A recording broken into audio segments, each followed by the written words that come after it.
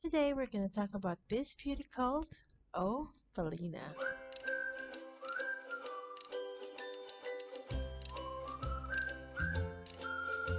Hi everyone, this is Leslie of Succulent Social, and today we're going to talk about this beautiful plant known as Graptoveria Opalina.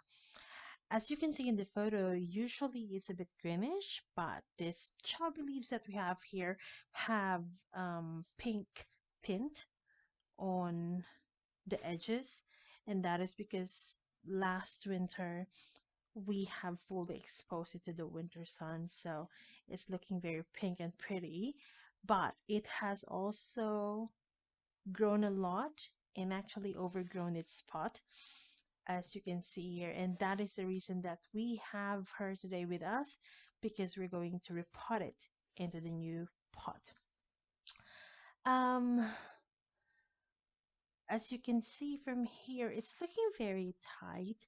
It's looking very compressed, and this is actually well, container bound, root bound, pot bound, whatever you want to call it. But basically, the roots are already um, it has overgrown, and it needs a bigger space to continue growing.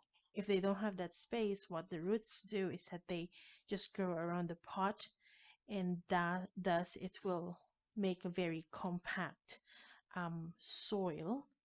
So what I'm trying to do right now is I'm just trying to remove a little bit of the soil. I'm not going to clean all of this, but I'm going to massage it gently so that some of the soil would um, come out. And as I do that, I will also expose some of the roots. And the reason I do that is because when I put it in the new soil, I want the roots to kind of penetrate through. It will be easier for the roots to penetrate through the new soil that it will have. But as we do this, we also have to be very careful because we don't want to disturb the roots. We don't want to damage them. Sometimes you can cut off some of the roots, but of course, before you plant it to a new soil, just make sure that you have dried them because it's still a cut. Anyway, so I think I'm happy with how it looks like right now. And yeah, we're just gonna repot it. Um, as a tip, I think I mentioned this in the previous video. Before I repot anything, I try to get some leaves, lower leaves, so I can put that for leaf propagation. And propagating opalina is quite easy. You can propagate them by offsets. Sometimes they have babies that will grow around the base of the plant, so you can do that. But you can also do head chop if you want to. Um, but for me, whenever I do repotting, I try to take some of the lower leaves so that I have a high chance of propagating this. All right, so this is the pot that I want to put it in. And of course, it has a drainage hole as well because that will be very important for um, our opalina. I have already placed some of the soil at the bottom that we'll just put the opalina in, and we'll just try to cover the roots with additional soil. Watering opalina is it follows the typical needs of succulents. Basically, soak and dry method will work for the opalina, and it doesn't really need frequent watering. You just have to check when the soil is dry. You could either use a moisture meter, or you could put in your finger, stick it on the soil, maybe about 2-3 centimeters, and once so you can feel if it's still wet inside. If it's still wet, then don't water. If it's dry, then you can water it. Another way of knowing as well is when you look at the leaves. So they have these chubby leaves and really, really cute leaves here. But when they start to shrivel a bit, then it's time for you to water them.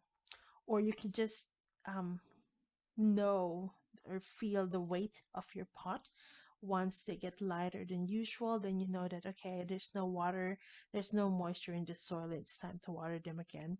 But of course, that would mean you get to know more about your plant and spend time with them a little bit more, if you'd like to try that method.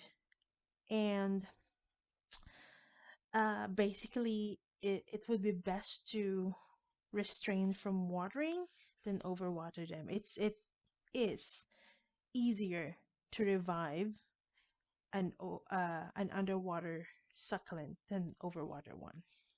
So now we have already fully covered the roots with soil, and this part is optional, but you might want to put some pebbles on top, basically aesthetic purpose, or sometimes it's just easier to not have um, um, water whenever you water them, like the water splashing through the leaves, or maybe the leaves getting um, soaked in the moist of the soil. So you can prevent those the leaves touching the wet soil by putting some of these pebbles as well, and they just look good, they look neat, they look pretty, you know and then basically, after you have pot this, since I took out some leaves and they might not be too stable yet, I will keep it first in a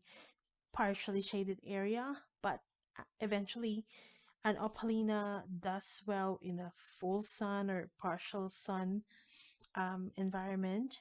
And yeah, and as you can see here, it gives you more color the more sun exposure you will give them. So that is basically our newly repotted Graptoveria Opalina.